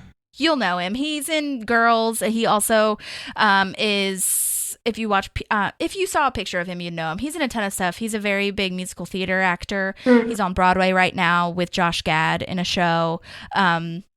He is also, what did I say that? He's on a Peacock show, Girls 5 Eva, with Busy Phillips and Tina Fey's show. Anyway, he's amazing, and they're dating. And Pistol Pete and Andrew Rannells are dating, and it's so cute. I'm so into their relationship. He's so funny. But I tried to get in touch with him, but his rep said that he had already done a Parks and Rec podcast, so I don't think he was into it, or I don't even know. Like I said, I'm telling you all the tea because I just don't give a shit anymore. But like, I don't know if they even asked him, to be completely honest. Yeah. I feel like with people of those caliber, I feel like a lot of reps are just like, no. And they weren't mean at all. They were just like, here it is. And I was like, well, this probably won't come out for like 6 months because of the strike. So I don't know. And I say 6 months. I don't know. It'll probably at least 3 months, maybe. So anyhow, but whatever. It doesn't matter. I'm sure he did. What's that one? Parks and Recollection with they've changed the host. Oh, yeah, and doesn't matter. Right? Yeah. So he was still funny though, and we still love him. I also love how serious he is and how shocked they are how serious he is, because she's like, we can call you Pistol, right? And he's like, I'd prefer Pete. And you're like, oh no. Yeah. But this is going back to what you said, Crystal, at the beginning. This GIF of Leslie doing her like breakdancing thing, I use this GIF all the time. It's this one and the one where she's listening to Sarah McLachlan that says "Fierce Power, do it." But like I like, especially for emails, that like happy dance thing. I use it all the time. All the time. All the time. She's trying to break dance, and then Anne calls her and she's like, oh, thank God. All right. I love all the details in the background too when she's doing that. Like you see there's obviously like a strategy board and a lot of papers on the table. Like they've really made it look like kind of that campaign center. Mm-hmm. Totally. Which I thought was also interesting too, that Anne looks at what campaign managers wear, and it's very, I'm just going off of your like detail vibe, and that they wear dark colors, and I was like, I guess that's interesting. True. Well, so they don't. my assumption would be so they don't stand out, like when they're walking next to the candidate. Maybe I don't know. I would love to know if that's like a real thing or if that just happened. Like, you know what I mean? Yeah. So that's a good point. We should look that up too. See if that's real. Yeah. Okay. So now I'm back where they are driving the truck, and it is very dangerous. Champion is kissing/licking Andy, and he says that Champion's a better kisser than Andy or April. Oh my God, I love this too. This is what I say as well, Crystal. Like, again, going back to what you're saying, like saying this all the time, where he pulls the horn and now they're getting pulled over, and the cop is like pulling them over, and he's just like, I'm just gonna let him know we heard you. Heard you, bud. Heard you, bud. I say that all the time. It's so cute. You know, I love Andy so much. But this portion of the episode where he's just continuing to ring the thing, I'm like, dude, like you're down. In like a big truck, like already breaking the law, and you're just bringing more attention to yourself. Right. Right. Oh my God. I'm surprised Ron doesn't snap, honestly. That's how I was feeling when he gets pulled over. I'm just like, how did you allow all of this stuff to happen? Mhm. Like, I could see him being quiet and stoic and like just not giving a shit kind of, or just keeping his mouth shut. But I was just like, this seems weird for Ron. But, well, now we're talking to Pistol Pete again. And we get kind of a bummer moment because Pistol Pete does not want to be known for his dunk. He wants to endorse Leslie as himself. Peter DeCilio, regional distributor for Derwin Ham Loaves. Yeah. I didn't even Doesn't look have that this up. nice Wait, of a I ring want to to look it. up if that's a real place. What'd you say, Maddie? It doesn't have a nice ring to it, you know. Pistol No. Pete has a much better ring. Yeah. Derwin Ham Loaves is not real. I just looked that up, and the first thing that comes up is Peter DeCilio. So that is not a real ham loaf place, okay? But I just love how Leslie does this, which I feel like sometimes I'm guilty of, where she's like, let's talk about what you want to do. I think you want to do this. Yeah. Yeah. And then She's Anne got the suggests- steamroller coming back. You for said what? sure. Mm-hmm. She's the steamroller is coming back here. Mhm. Yeah. I think Yeah. she's in panic mode, right? Like Yeah. all of this could fall apart. Yeah. So I like that Anne suggests a layup. That seems like a compromise. yeah, that is a great compromise. I appreciate it. And they're both like, that could work. Yep. All right, so now we're finally getting actually pulled over. Fun fact, this building is the building that's used for Patty's Pub in Always Sunny in Philadelphia. If anyone is interested in going, it is in LA at 544 Mateo Street in the Arts District of downtown LA. Love that for us. Yeah. Nice. Crossover. And I love that Ron is like, yeah, okay, officer, I get it. I respect you. But what laws are we actually breaking? And then he's like, well, A, B, C, and D are the things that you're breaking. Also, this is where I wrote my note. Like, yeah, Ron should know better. Like, especially the part about the debris flying out. Like, and also, I don't know how. I'm guessing he knows somebody because I feel like to rent a truck, you would need to show your commercial license. Like you would need to present some sort of like identification or verification that you are licensed to drive that vehicle. But I'm just guessing that it was under the table because it's Ron. Right. Yeah, he had a connection or something. Yeah, it was definitely. Or maybe like he a owns it. I don't know. handshake But actually, totally. A handshake thing. That makes so much sense, Crystal, because that's what he showed a picture of as a receipt for something one time. thing. Right. Yes, he did. It was like, he doesn't need a license to drive a truck. That's just so like bureaucratic, right? Like if you know how to drive a truck, you know how to drive a truck. So like, why would he need to like go and prove to someone that he needs it? Yeah. And he doesn't want another form of identification with all his personal information on it, right? Or like to give that up again. So I feel like it was probably, I think there was parts of it that were very wrong. The fact that it was like, it's all fine and like this is very silly, like what rules am I breaking, what laws am I breaking, you know, like your arbitrary like laws. But then also I thought there were some uncharacteristic things like losing half of your materials and all that kind of thing, but also like what an overwhelming situation to be in. And I feel like Ron's personality in overwhelming situations like that, I could see would just be like a total like shutdown of like, okay, you know what I mean? I mean, there's like, I don't know. Yeah, like I'm just going to handle it. Yes. And just kind of like, okay, let's just get through this. That makes a lot of sense as far as like, yeah, like not caring as much about all the laws he's breaking because to him they are not important, you know? And I was thinking that maybe he owned the truck, but it did say some like a company on the side of the truck, so it definitely is someone's. But yeah, that's a good point. It doesn't seem like Ron though to be driving around with the back open to me. Yeah, that's what Crystal like that seems a little careless. And the other question I had, this is more logistics, is how did they get to the truck rental place? If like because they must have had another car. So they could have not had the violation of how many people were in the front. Yeah, that's true.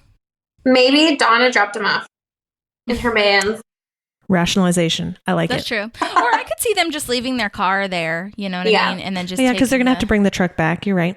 Right, because that's what you do when you rent a truck usually. Or anything, you just leave your car. If you have a car, obviously, but that's what I've done. So, but yeah. Anyhow, Ron is who he is.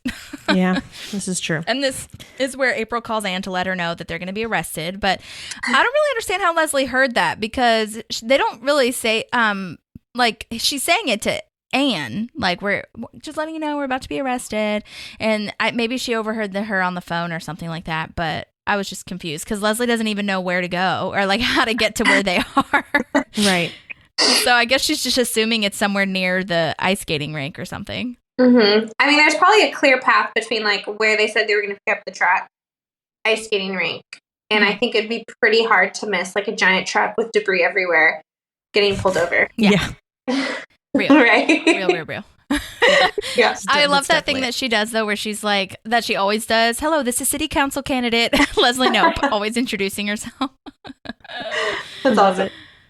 And then this is where you were talking about, Maddie, where Leslie's like, you have to make that shot. Like, just do anything you can. I'll go get them out of jail, but don't do anything like short of sexual favors. But I'm kind of like offended that you wouldn't do that for me. Yeah. I'm like, Leslie. Oh, no. God. Okay, now we're back at Chris and Ben, if you guys are. Mm-hmm. Yes. Okay. They're talking, and Chris is asking, why calzone? Ben's coming up with, like we talked about with the restaurant thing. So perfect. That's where that all happens. And then we finally get back to where they're actually being arrested. Leslie's talking to this officer and trying to get them to let the officer go. And I love this acting when this guy's like, that's not appropriate. Yeah. Just do what comes naturally. Yeah, just you'd rather go home to Deborah, get a home-cooked meal, and do what comes naturally. My God. I could not stop thinking, though, and you guys, if you've met my mom, you understand why my train of thought went to this, but this is so her move. She knows everybody in our small town. She knows exactly what to say. She has done this before for me and my sister, because she is like quintessential mother, where she's like kind and caring, but like she will turn into a mama bear when she needs to. Mm-hmm. And she has done this before, where she's like known the principal of my school. Like there was like a mistake where I didn't get like a homecoming ticket, and she had talked to him, and she knew, I think they had like gone to school together, and he was being like kind of an ass, and she was like, like, is this what you want to do right now? Right. And she did that for my sister when there was like a thing when she was in a band discrepancy. I just like could not stop thinking about, and she does it now, like not on our behalf, but she does it now when she like knows everybody. And I think there are definitely people that take advantage of that, like how nice she is and how much she knows everybody. But like when it comes now, I think she's gotten to the point where, because it's not in regards to us, or like, how like you mostly do stuff for other people that you might not do for yourself, especially women. Like I think now she's more of like, okay, I just don't want to be a part of this. I can just leave now.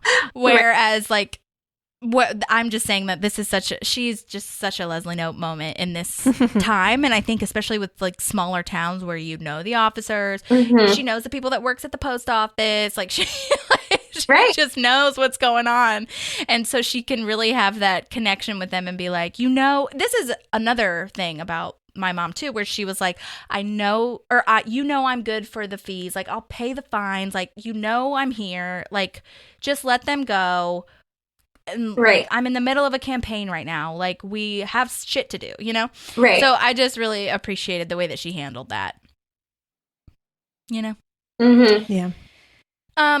Okay, this officer, by the way, is played by Boo Arnold, and that is a nickname, Boo, but it's stuck for his stage name, so that's wonderful. And he's been in Yellowstone, Grey's Anatomy, Scandal, Love and Death, which is the show with Elizabeth Olsen, which I haven't watched yet, or maybe it's a movie, I don't know. And he was also in 2 episodes of Nashville, the TV show, which I was really excited to learn about. So now we're at where Anne is talking to Pistol Pete, if you guys are. Yes. Oh my God. I love that she's leaning into this therapy moment. Totally. Like, she can tell he needs to talk this out, and she's like, I got time. Let's validate you. Yeah. Yeah, I like that too, because that's like what she can do at this moment. You know what I mean? And like the way that I think that she's trying to get him to get the dunk. Yeah. But then we'll learn later that she gets really wrapped up in it too. So yeah. Did you guys I'm too catch close to this this sugar? Yeah, too close. Did you guys catch this sugar can that Pistol's putting sugar into his coffee? No. It's a rectangle, and it kind of looked almost like a spam thing, like a spam container. I was like, I have never seen sugar. It doesn't have the word spam on or anything, but I was like, I've never seen sugar in a rectangle tin thing. Interesting. It just caught my eye. I have never either. Yeah. Yeah. That's funny. I didn't notice that. I noticed him putting sugar in his drink, but I didn't notice like what the sugar was kept in. Yeah. So anyhow, I also like this line. Sometimes life dunks you. Yeah, that's real. And it reminded me of a couple of years ago, there was this movie that came out. I think Mel Gibson did it. I don't remember. There was like a big name on it. And it was a football movie. And the tagline was, sometimes life throws you interceptions. And I thought it was so dumb. Because that doesn't really make sense. I was going to say. If you're getting thrown an interception, that's typically a good thing because you're intercepting the ball. It was just. Right. So, but it made me think back to that. The phrasing is off with that because if you're thrown an interception, it's no longer an interception. Right. That's we're thinking too deeply, but still, come on. Yeah. So, but I love that. Sometimes life dunks you. Mm-hmm. Love that. Okay, Ben is now doing his claymation moment, and I thought it was kind of funny that he was doing this while Chris is there, because a part of me was just like, when you have company over, I feel like, or I don't know, I feel like it'd be weird to be doing that while he's there, but maybe, like, I guess with the calzone, he was also doing that, so maybe it was just building on that, I don't know. Yeah, I mean, I think I can also see Chris saying, him, well, what else have you been doing with your time? Ben being like, I've been working on my claymation. Because that's cute. Claymation. And show me. I can see Chris doing that. But it is a little interesting. Mm-hmm. Yeah, it was weird to me, I think, because Chris is like, do you want to go on a jog or like do something else? And but he was like so consumed. It was like they weren't even talking about it. He was just like, you're just in the background here, which that might just be more of like Ben's character right now and his like, not thinking about anything else vibes. Right. So that's probably really what it was. And I do love this little claymation setup, and I don't know what room that is in either. It seems like a little room that's off to the side of the living room, but I like the little box that he has for the claymation, and I don't know. I approve, Ben. I approve of the claymation. I approve of Cones of Dunshire. I hate that Leslie's like, wow, when do you go back to work? When there's Cones of Dunshire, I was like, this is great. Yeah, Cones of Dunshire is a win for me. But, I mean, I get it to the degree that, like, are you going to make any money or, like, go back to other stuff? Like, I do get that, but I still think he should continue his claymation, but whatever. Okay. Chris says, like, I think you might need help. Like, I think you're depressed. You're wildly depressed. And this is where that beautiful shot, could a depressed person make this? No. I just love that close-up shot. It's so good. Yeah. All right, well, now Ron is hammering a little flag into the wood of the trunk so that people know to stay behind him. And they lost half the stage because they couldn't fit everything in, but also the debris, like, I think, went all crazy. And this is where Leslie's calling Anne to see, like, what we can do here. But Anne is doing the deep talk therapy with Pistol Pete, and she can't answer it. And it's like, oh, God, Yeah, it's we're in a hot mess here. Yeah, totally. And this is where Pistol Pete says that's what life is like in a strict Roman Catholic household. And so if you were to leave right in the middle of that, like, oh my God, you'd bring him right back to the start of his depression. Right. Oh gosh. That's interesting. Both Ben and Pistol Pete are in a little bit of a crisis mode here. There's a little bit of a parallel going on. Yes. That's very interesting. Okay, now this is where we get the reveal of the claymation. Yes. And Ben shows Chris what he's been doing, and it's literally 2 seconds. This, I saw somewhere that, like the Letters to Cleo thing, I think, or at least I just read that Adam Scott is also an REM fan, and because the song that's playing during claymation moment is "Stand" by REM, and so I think that he's a fan. I don't know if he had any like say in that, but I'd be interested to know. That snippet of that song lives rent-free in my brain. I Yeah. know. As does Stand Get in the on Your place where Feet. you live. Yeah. And he's standing on Yeah. that moment in the claymation. I love it. But yeah, I just can't get over it. It took so long, and it's literally 2 seconds. They're like, did it end? Did it pause? Did it stop? Was there a break? What happened? And this so is where funny to Ben, me. it's so funny. Oh my God. Because this is the illustration of what's been going on the last 3 weeks. Right. It's literally depicted right in front of him. And this is why he has the breakdown, because he realizes that, like, I have been throwing my life away for this. Yeah.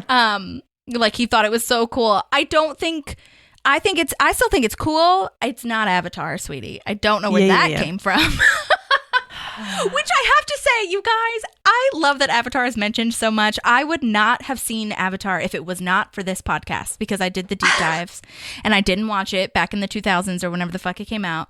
So I did my deep dives. I went to see it in the theater. I rooted for it at the Oscars.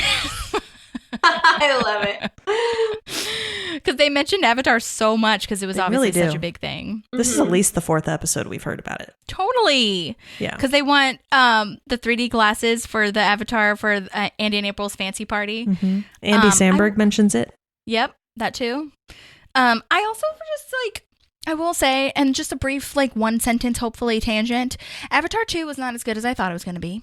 And I'm sorry to all the fans out there, because, and I'll just, again, briefly, really quick, the villain is the same. I think the reason why I like Marvel movies and whatever is because things change and you up the ante and you're just like, what the fuck are we doing now? How do I get past this enemy? Blah, blah, blah. Like, they took MJ. Yeah, obviously, this is Marvel. But I'm just like, it's the same enemy, but in water instead of the forest. Right. That's what my brother said. I was like, what? No. I mean, it was beautiful. Kate Winslet was in it. Perfect. Hey, but I was like, okay. I still loved it. And the technology of the 3D moment, like the IMAX situation, was incredible. So we'll see how the next 5 or whatever the fuck, how many they have. Okay. Thank you for listening to that. Now we are talking about how depressed he is. Chris is driving this a lot. Like, you're depressed, you're sad, you're stuck. Again, this is where we get that 3 weeks detail. And then Chris is like, I'm going to help you get out of it, which is really sweet. And now we're at the Pawnee Sports Building with everybody, with the Parks team. And it's not a basketball court. It's an ice skating rink, because April was not paying attention when she booked it. Yeah, we have another immature moment from April for me. Yep. Like, she's blaming other people. Like, she's like, well, he's just so boring. Like, that's but it's no not my reason. fault because he was stupid. Yeah. I'm like, no, honey, that's Again, not gonna this work. is where Leslie's like, okay, this was a bad idea. Like, having people that don't have any experience is not a good thing, actually. Right. Yeah. Because Ron now has the tiny stage. They had to jettison half of the materials. I love Andy's response to try to copy Ron. Yeah, we had to jettison the sign too. And all you see are her eyes now. It's okay. It's the window to the house. The windows are the eyes to the house. But Anne did get Pistol Pete. He's all sad, but April, he's there, and April is on Anne is on his side because she was crying. Because Leslie's like, who's crying? And she was like, it was me. It's been a hard time. Yeah, I might be too close. Yes. And Jerry actually pulled through. They were hoping that he did not, because they don't want anyone to see this disaster. But Jerry got 100 people. And Jerry. The problem is that, so what this is showing me is that the problem isn't that he's like bad. He just is never on the same page as everybody else. Yeah. Mm-hmm. That's what it is. 100%. And then Leslie is like, okay, I'm just going to try to muddle through this. So you guys leave. We'll meet at the closest bar afterwards. Let's just put this behind us. Tom is all about it. Karaoke night is at Hurley's. Yeah. So we're all going to go to Hurley's. And then Anne has a good point, which, again, this is why Leslie chose her as the campaign manager. Like, we're in this together. We did this to her, basically. And Ron says Anne's name for the first time ever, I feel. In a long time, yeah. Yeah, in a long time. He says it. But when he says Anne is right, I was like, Run. It does kind of like shock you a little bit. Yes. Especially with the whole trying to not get too close to your work proximity associates, including knowing their name. Right. Yeah. What does he call her? Oh, yeah. That's a great story. You mean like when he is trying to throw her off the trail of getting too close? Yeah. Oh, yeah. I don't know. Remember, but I want to say Diane, that. but that's not right. I think that's just from the last episode. We'll have to go back. Yeah. Okay. Now for the best scene in the entirety of Parks and Rec at least in season 4. That's hilarious because I literally have best scene written. Yeah. Oh, nice. I do think it is one of the best scenes of the whole series. I mean, it's just imprinted in my brain. And physical comedy is one of my most favorite things to watch when it's done well. Like, that's why I love Julia Louis-Dreyfus. Like, in everything that she does, she not only brings a smart, like, fast, like, comedy quips, she uses her body in the funniest ways. Right. And to see the whole crew of the Parks Department being this physical disaster crazy moment, it's so beautiful. It's also got this SNL Family Guy vibe to me, where sometimes they find something like that's really funny and they have it go on so long that your laughter dies down, and then the fact that it's still happening, you start laughing again. Yes. Yeah. Like, it's it does great. go on for quite some time. It does, yeah. But it's not so long that you're uncomfortable, you know. Yeah, but and I think the music, like, just the fact that I think the repeat of Get On Your Feet, just for those moments, I think made the whole scene. Like, Absolutely. I would totally argue with someone that if they had used either a different song or like no music at all, it would have been a completely different scene. Absolutely. But I think the timing, the actual song, I mean, it's just so well, and just like that one good. line, like, just get on your feet, get up and make some action, and then cut, and then do it again, cut, or make it happen, rather. It's so good. It's just so well done. Totally. Oh my God. And there's not enough carpet to get out there, which is why this whole disaster happens. Tom says he couldn't afford enough red carpet. And I'm like, this wasn't even like a problem of the truck, like having to get rid of it. It was just all on Tom, not being able to get all of it. Like, why didn't you get cheaper carpet or something? Like, I don't know. Oh my God. And why didn't they move the stage closer then? Yeah. And to Tom's defense slightly, he should have found a carpet he could have gotten that was longer, but he thought it was also going to be a basketball court. Right. That's true. That is fair. Right. That's true. Well, anyway, the music is starting and stopping again. They're trying to get in with the heels, like I think. Well, no, Leslie is, but I think Anne's wearing some sort of heel as well, which is crazy. Ron's carrying Champion. Champion's peeing on him. Of course, Andy is the first one to fall and does the kid like pratfall thing. And we realize there's no stairs, so that's fun. They all have to like try to get each other on the stage.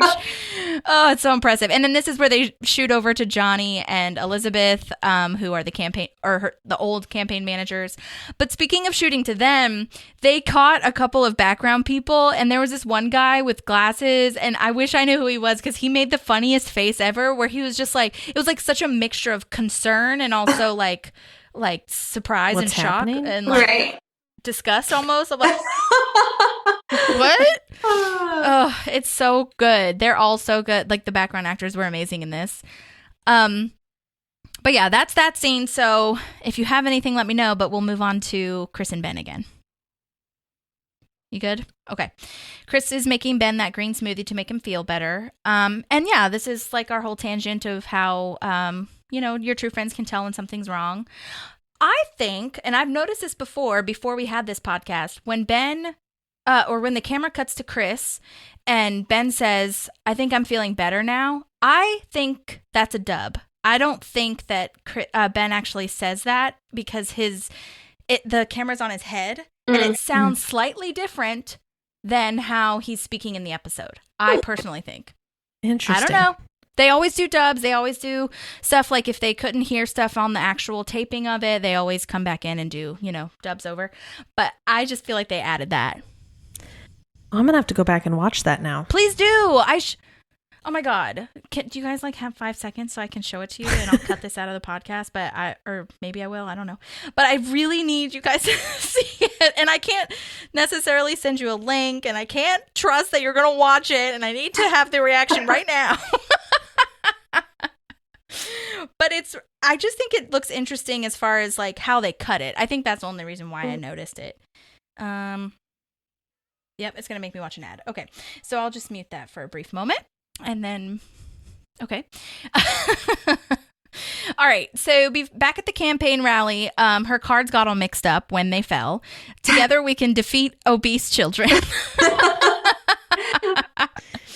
And I love how she handles this. She finally like kind of levels with the crowd, and she's like, okay, this is a disaster. This is the worst political event ever. She makes light of it, which is so great. She does a good job of just being honest. Like, I can promise you guys, it'll be what it is. And I really appreciated how she handled it.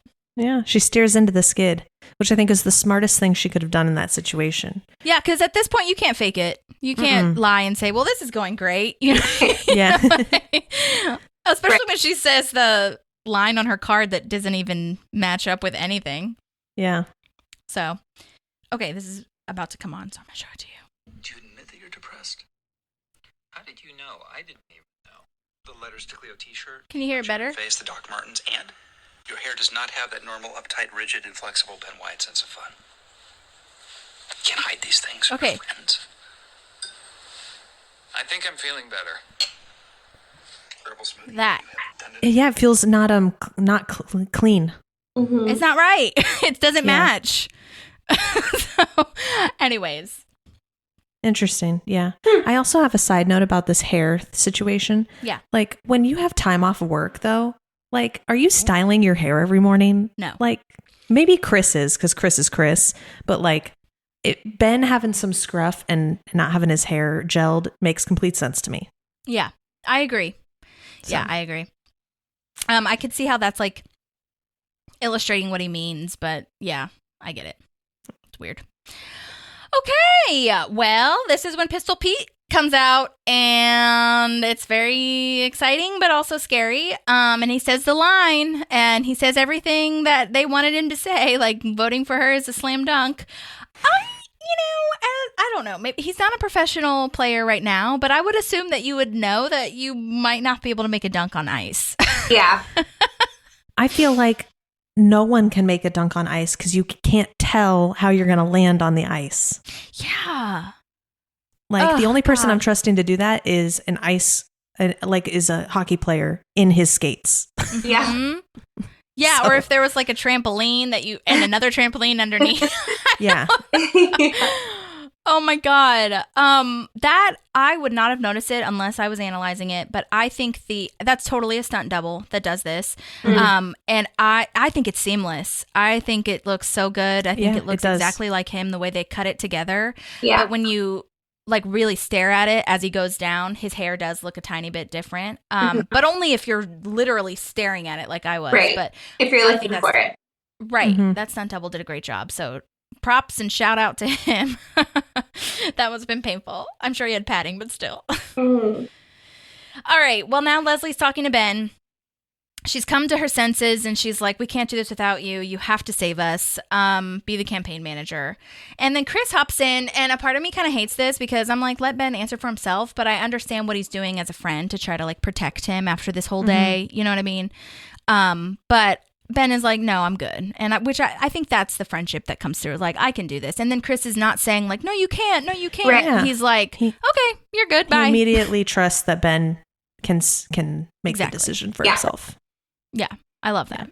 Well, the tag is the most awkwardest tag in the land of tag. It really is. They do such a great job of making you feel uncomfortable here. Yeah. Oh, it's so good. Leslie steamrolls again because they're visiting Pistol Pete in the hospital, and they're like, so sorry, bringing in balloons and a gift basket and all this stuff. And Leslie's like, what else can we, or no, Anne says that, like, can we do anything else for you? Like, oh, so sorry. And he's like, you can let me take you to dinner. And Anne's like, I can't though, I'm married. No, she's not. She's not married. Leslie, catch the sign. Oh my God. Oh. Maddie, I have a question for you, and maybe this is like probably silly, but in the last episode we talked a lot about how Leslie cannot read social cues. And I don't know. Like, do you think that like, is she on the spectrum? And I don't mean that in an insulting way at all. She just like, but maybe maybe she just has ADHD or something, but she just cannot read when someone is like feeling uncomfortable. This, for me, it's hard to do in a TV show, right? Yeah. Because I'm going to look for a lot of signs like in the body that Leslie isn't going to do unless they very intentionally wanted her to be on the spectrum, like the guy in The Good Doctor, right? Oh, like, sure. That stuff's going to come out. But for me, for how caring and selfless she is, she also has blinders on. So it's the in the moment things where she really struggles because she sees how she wants it to play out and she's not reading the signs of everybody else. And this happens all the time. It happened with Ben. It's happening in this, you know, if you look at all of her caring things that she does, they're typically like planned out and very intentional. They're not reactive. And I think in the moment when she's reacting, she doesn't have she doesn't see the social cues. Yeah. For sure, she doesn't see the social cues. I mean, especially because, Holly, if you and I were in that hospital room and I said, oh, no, I'm married, and you know I'm not fucking married, you're not going to be like, no, she's not. I feel like I'm bad at poker face, so I may give you a look, but I wouldn't outright say she's not married. You can date her. You would have caught on to she doesn't want to get in with it with this guy, and you would have not said anything. Yeah. Or I can see myself, and I know you guys will agree with me, I can see myself turning and being like, what? Since when? And then being like, oh, shit. Yeah. No, yeah, you're right. I wasn't there, question mark. Right. Like, I'm just slow to the, like, gullibility or whatever. Oh, my God. That's a good point, though. I can totally see that point of her just having her blinders on, and a good point about saying, like, she knows what she wants the ending to be. So if it's not that, she's going to try everything she can to make it her way. You know what I mean? Right. Yeah. Okay. Thank you for explaining. That's the whole, I mean, I think that you see that throughout this episode, right? She sees how she wants this rally to go. Yeah. This whole time. She even says the sexual favors thing, right? She's not really planning. She has time to plan what she's going to say to the police officer. Right? That's not reactive. She has that moment to stew in it.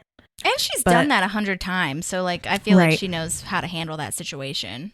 Right. This is kind of a new, like, the Anne thing, I feel like, is maybe a new friend level where you, like, need to understand their, you know, thought process a little bit more. Yeah, and we see a difference between Anne and Leslie when it comes to Pistol Pete, right? Leslie's like, I think you want to do it. You really want to do it. You're going to dunk for me, right? And Anne is, tell me more about that.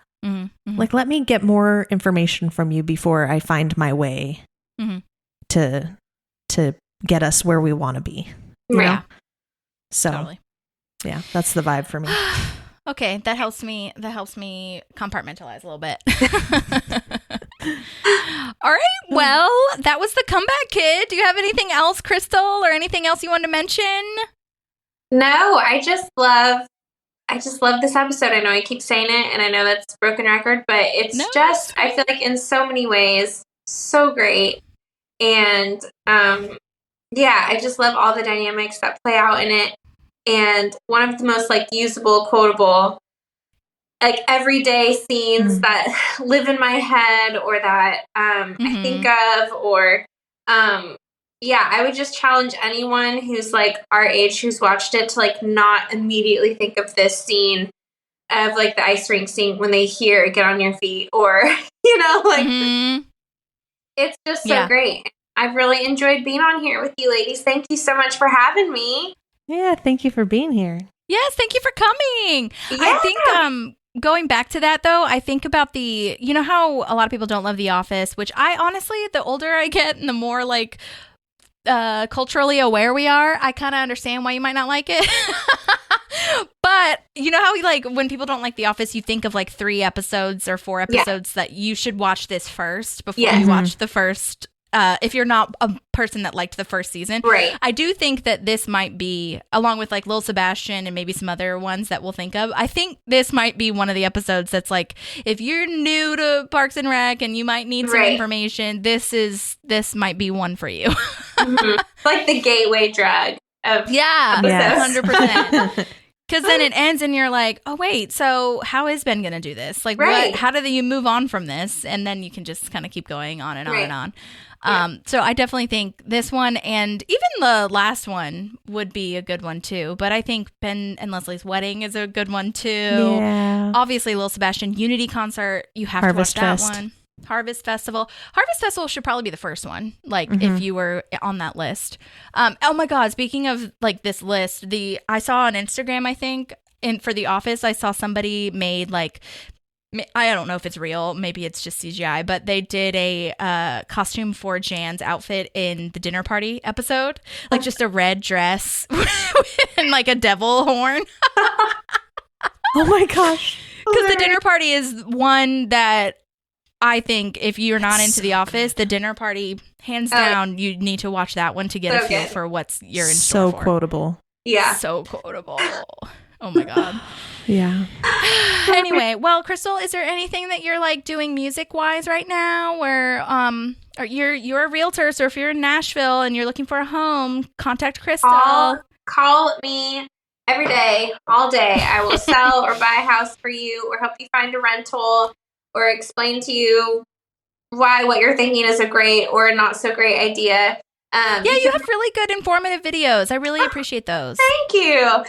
You can follow me on Instagram. It's at Home with Crystal, and that's CRYSTAL.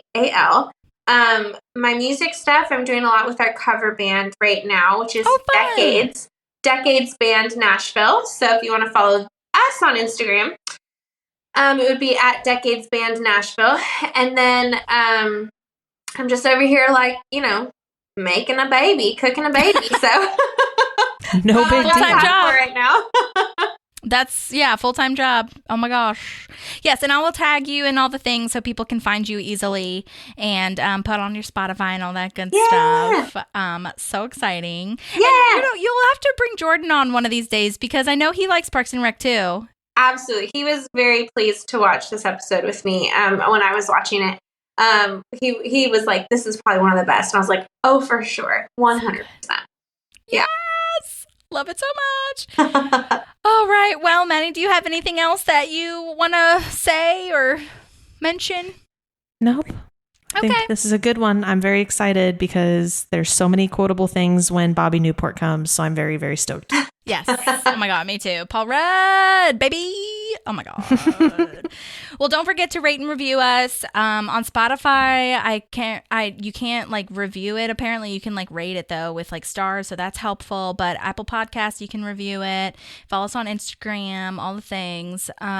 And hopefully by next week the strike will be over. But if not, then we're just gonna keep recording, and you'll hear this like a year later. Yeah. Anyways, okay, well, thanks everybody for listening. Thank you, Maddie and Crystal, and we'll see you next time. Bye. Bye. There's a park and some pals, and there's also therapy too.